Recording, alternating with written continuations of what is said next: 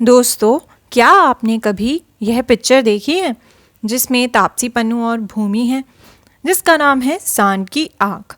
दरअसल यह जो पिक्चर है इसमें दो दादियाँ होती हैं, यानी बहुत ही ज़्यादा उम्र की जो दो औरतें होती हैं वो शार्प शूटिंग करती हैं, यानी कि निशाना लगाती हैं और बहुत सारे अवार्ड्स भी जीतती हैं इतनी बड़ी उम्र में भी।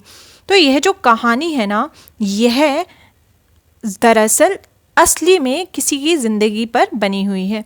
वो है यह दोनों लोग, यानी कि प्रकाशी तोमर और चंद्रो तोमर। ये यूपी के एक गांव की दो औरतें हैं जिन्होंने बुढ़ापे में यानी काफ़ी बड़ी उम्र में निशाना लगाना शुरू किया और काफ़ी अवार्ड्स भी जीते। इनमें से एक यानी कि चंद्रो तोमर की तो अभी अभी फ़िलहाल ही मृत्यु हो गई कोरोना की वजह से, लेकिन दोनों ने ही बहुत कमाल किया है। दोनों ने ही बहुत सारे अवार्ड्स जीते हैं और इस उम्र में जाकर भी अपना नाम जो है खेल में रोशन किया। किसमें?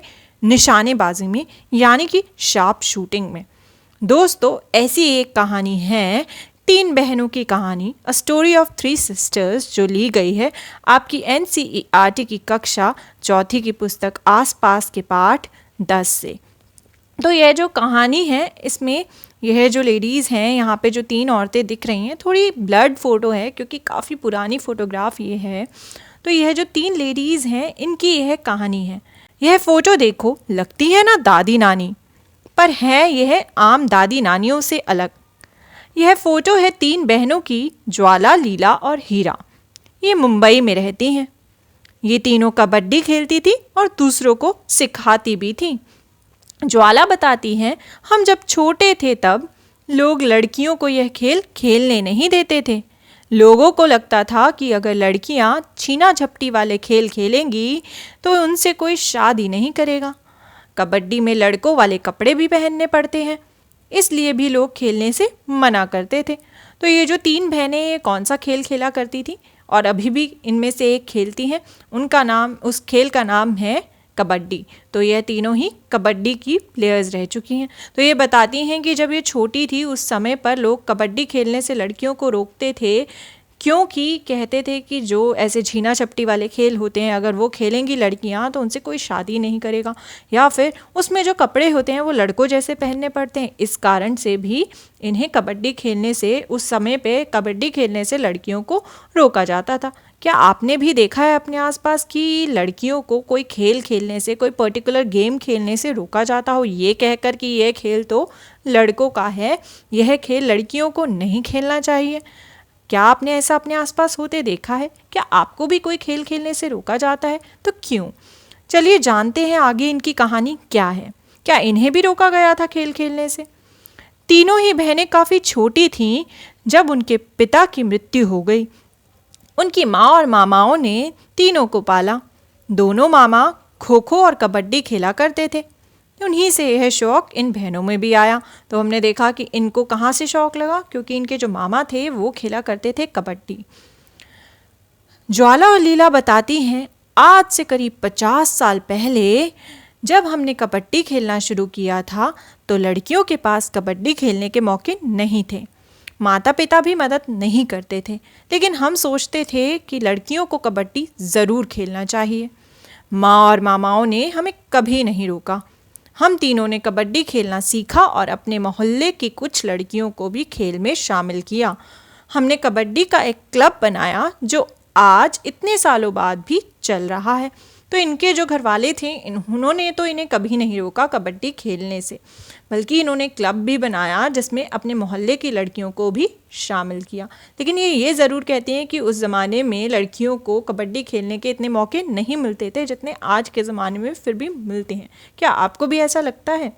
क्या आपके घर में जो बड़े हैं वो अपने ज़माने में ऐसे कोई खेल खेला करते थे जो लड़कियों को खेलने से मना किया जाता था?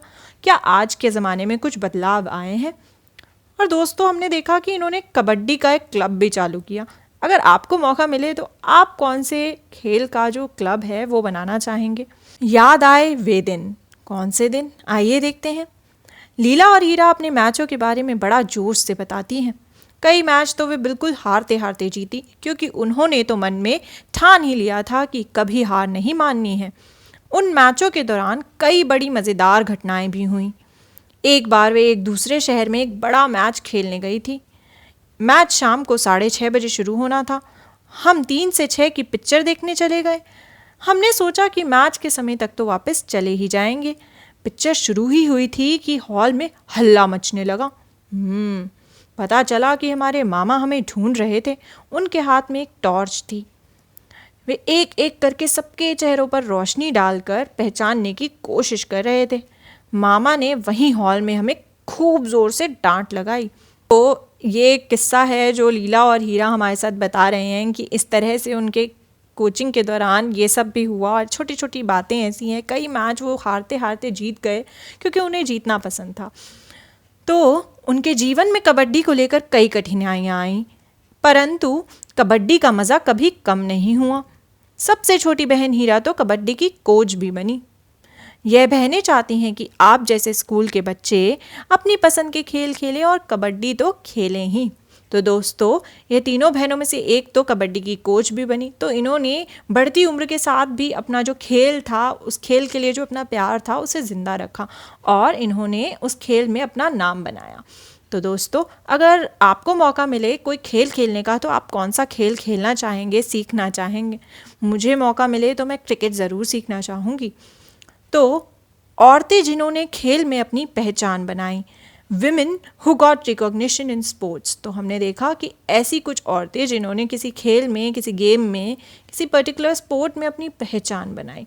एक तरफ तो यह थी प्रकाशी तोमर और चंद्रो तोमर, जिन्होंने शार्प शूटिंग में यानी निशानेबाजी में अपनी पहचान बनाई।